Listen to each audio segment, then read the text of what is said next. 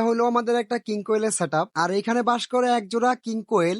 অনেকদিন আগেই ওদেরকে আমি এই সেটআপটা তৈরি করে দেই। পৃথিবীর সবচেয়ে ছোট প্রজাতির এই কোয়েলগুলা নিজেদের ডিম নিজেরাই ফুটায় এবং বাচ্চাদেরকে বড় করে। সেটআপটা দেওয়ার কিছুদিন পরে ওরা অনেকগুলা ডিম পারে। মেল আর ফিমেলটা মিলে ডিমগুলায় তা দিত এবং ডিমগুলা টেক কেয়ার করতো। সেটআপটা যখন আমি তৈরি করি আমার প্ল্যান ছিল ওরা বাচ্চা করে বাচ্চাগুলো নিয়ে ঘোরাঘুরি করবে। এর ভেতর ওরা অনেকগুলা ডিম পারে, যে সবগুলা ডিম ওদের পক্ষে ফুটানো সম্ভব ছিল না, যার কারণে কিছু ডিম আমরা কবুতরের নিচে দিই দেখার জন্য বাচ্চা হয় কিনা। সাধারণত 16 থেকে 18 দিনের মধ্যে বাচ্চাগুলো ফুটে বের হয়ে যাওয়ার কথা।